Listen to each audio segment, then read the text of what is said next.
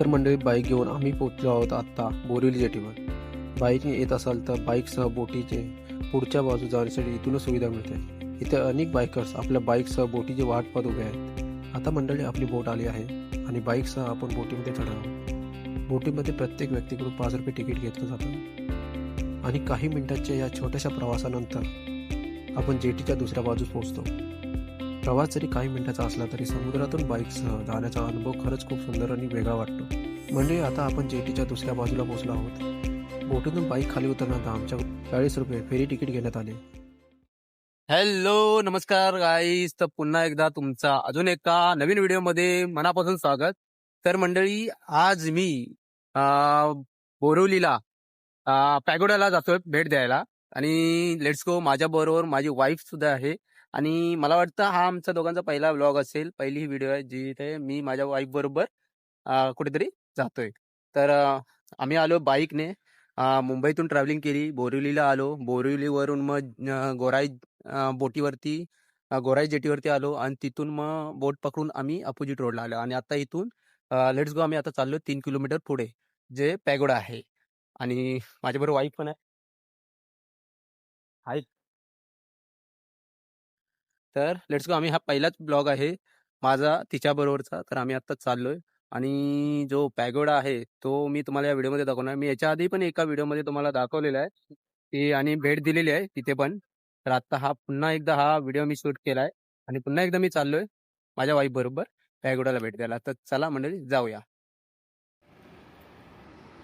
तर मंडळी बघू शकता समोरच नदीमध्ये आहे, ही नदी आहे म्हणजे ही खाडी आहे आणि जो खाडीचा हा जो पाणी येणारं वाहतं पाणी आहे त्याच खाडीमध्ये समोरवरती बघू छोटे छोटे खेकडे दिसतात आहे. इथे बघू शकता, हे बघा वरती आलेले छोटे छोटे आहेत, बघा.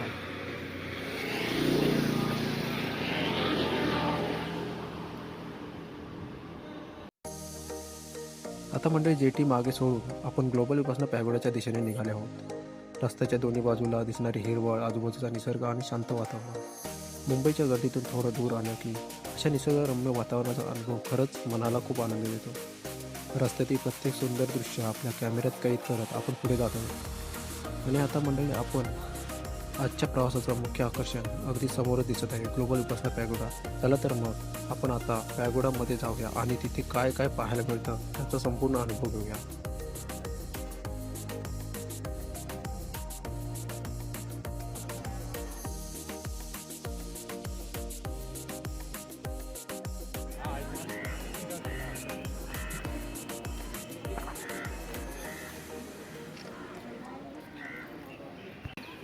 तर मंडळी आपण आता आलो विश्व विपासना पॅगोडा, तो बोरिवलीला आहे, बघू शकता.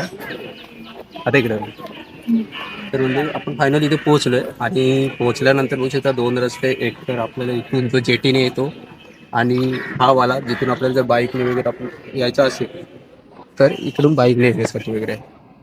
तर मंडळी पॅगोड्याच्या राईट साईडला जो रस्ता आहे तो चालत आपण येऊ शकतो. जेटीने उतरलं तर आपण इथून चालत येऊ शकतो आणि जो लेफ्ट साईडला जो रस्ता आहे तो इथून बाईकने येण्यासाठी आहे आणि त्याचबरोबर बस पण आहे तिथे येण्यासाठी. बसची पण सेवा इकडे आहे.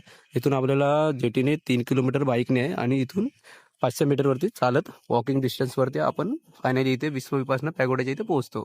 तर आपण लवकरच आता वरती जायचं आहे आणि विश्व विपासना पॅगोडा आतून जवळून बघायचं आहे. तर लेट्स गो. आता वरती जाऊया आणि जो विश्व विपासना पॅगोडा जो पॅगोडा आहे त्याचं जवळून आपण दर्शन घ्यायचं आहे. तर लवकर जाऊया वरती आणि बघूया आपण जवळून. तर चला जाऊया. मित्रांनो, आपण आता ग्लोबल विपासना पॅगोडाच्या प्रवेशद्वाराजवळ पोहोचलो आहोत. पॅगोडाच्या मुख्य प्रवेशद्वाराची रचना अतिशय सुंदर आहे. आत जाण्यापूर्वी येथे सुरक्षा तपासणी केली जाते, तुमचे बॅग स्कॅन केली जाते आणि त्यानंतर तुम्हाला परिसरात प्रवेश दिला जातो. पॅगोडामध्ये प्रवेश केल्यानंतर तुम्हाला शांत आणि प्रसन्न वातावरणाचा अनुभव येतो. आता आपण मुख्य पॅगोडाच्या दिशेने चालत आहोत. समोर दिसणारा हा भव्य पॅगोडा खरोखरच लक्ष वेधून घेतो. पॅगोडाची रचना अत्यंत वैशिष्ट्यपूर्ण असून त्याचा मोठा घुमट हा संपूर्ण परिसराचं मुख्य आकर्षण आहे. पॅगोडाच्या परिसरात तुम्हाला सुंदर बाग, शिल्प, कारंज आणि इतर कलाकृती पाहायला मिळतात.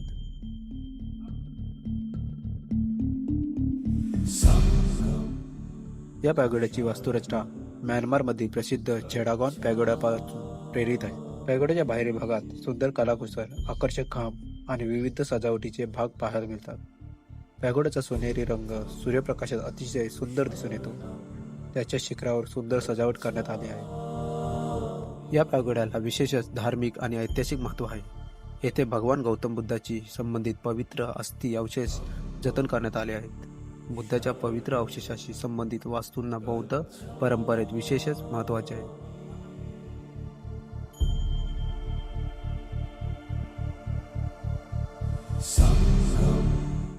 तर मंडळी, माझ्या पाठी बघू शकता विश्वोपासना पॅगोडा. तिकडे मी आता वरती पोहोचलोय. तर बघू शकता कसं रचना आहे पॅगोड्याची.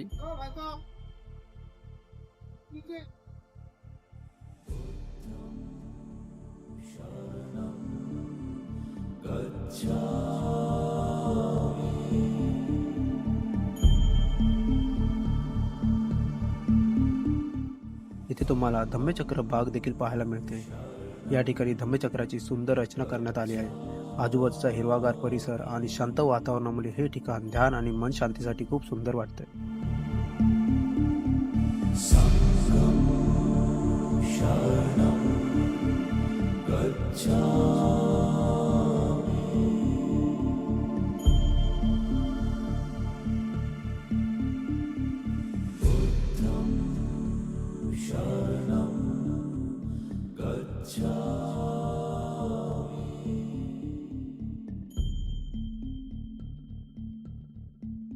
आता आपण पोहोचलो आहोत या संपूर्ण परिसराच्या मुख्य आकर्षणाकडे, मुख्य पॅगोडा. मित्रांनो, हा पॅगोडा बाहेरून जितका भव्य दिसतो तितकाच आतूनही अद्भुत आहे. आत जाण्यासाठी मुख्य प्रवेशद्वाराजवळ माहिती कक्ष आहे आणि तुम्हाला योग्य प्रवेशद्वारातून मुख्य सभागृहात जाता येते. आणि आता आपण पॅगोड्याच्या मुख्य ध्यानगृहात प्रवेश करत आहोत. आत आल्यानंतर समोर दिसणारा विशाल घुमट पाहून अक्षरशः आश्चर्य वाटतं. या विशाल सभागृहात एकाच वेळी हजारो लोक बसून ध्यानधारणा करू शकतात. या परिसरात पूजनीय सत्यनारायण गोयका आणि त्यांच्या पत्नी माता देवी गोयका यांच्या प्रतिमा पाहायला मिळतात. सत्यनारायण गोयका यांनी विपश्यना ध्यान भारतासह जगभर पोहोचवण्यासाठी महत्त्वाचे योगदान दिले. विपश्यना ध्यानाच्या आधुनिक प्रवासातील महत्त्वाचे शिक्षक होते आणि एस.एन. गोयका यांचे प्रमुख गुरु होते. ग्लोबल विपश्यना पॅगोडाशी त्यांचा विशेष संबंध आहे. सम्राट अशोक हे प्राचीन भारतातील महान सम्राट होते. कलिग युद्धानंतर त्यांनी हिंसेचा मार्ग सोडून भगवान बुद्धाच्या धम्माचा स्वीकार केला. हिंसेचा संदेश पुढे नेला. मुख्य पॅगोड्यापासून बाहेर आल्यानंतर तुमच्या डाव्या बाजूला तुम्हाला एक व्हिडिओ हॉल पाहायला मिळेल. इथे ग्लोबल विपश्यना पॅगोड्याचा इतिहास आणि त्यामागची संकल्पना समजावून सांगणारा माहितीपट दाखवला जातो. हा माहितीपट नक्की पहा. यातून पागोड्याची निर्मिती, विपश्यनेचा इतिहास आणि भारत म्यानमार यांच्यातील धम्म परंपरेची माहिती मिळते. तसेच इथे फूड प्लाझा देखील आहे. जर तुम्हाला भूक लागली असेल तर इथे खाद्यपदार्थ खाऊ शकता. फूड प्लाझाच्या परिसरात तुम्हाला भगवान गौतम बुद्धाची एक सुंदर आणि भव्य मूर्ती पाहायला मिळते. ही मूर्ती अतिशय सुंदर पद्धतीने तयार करण्यात आली आहे. आजूबाजूचा बागेचा परिसर आणि शांत वातावरणामुळे इथे काही वेळ थांबावंसं वाटतं. आत आल्यानंतर परिसरात एक छोटंसं शॉपिंग सेंटरही आहे. इथे तुम्हाला बुद्ध आणि विपश्यनेशी संबंधित विविध वस्तू पाहायला आणि खरेदी करायला मिळू शकतात. तर मंडळी, global Vipassana pagoda bike ride blog इथे संपत आहे. तुम्हाला हा ब्लॉग आवडला असेल तर व्हिडिओला लाईक, कमेंट आणि शेअर करायला विसरू नका. आणि अशाच सुंदर बाईक राईड, मुंबई ट्रिप आणि कोकणातील प्रवासासाठी आपल्या महेश ब्लॉग जर्नी चॅनलला सबस्क्राईब करायला विसरू नका. पुन्हा भेटूया नवीन प्रवासात एका नवीन ठिकाणी. तोपर्यंत जय महाराष्ट्र, जय शिवराय मित्रांनो.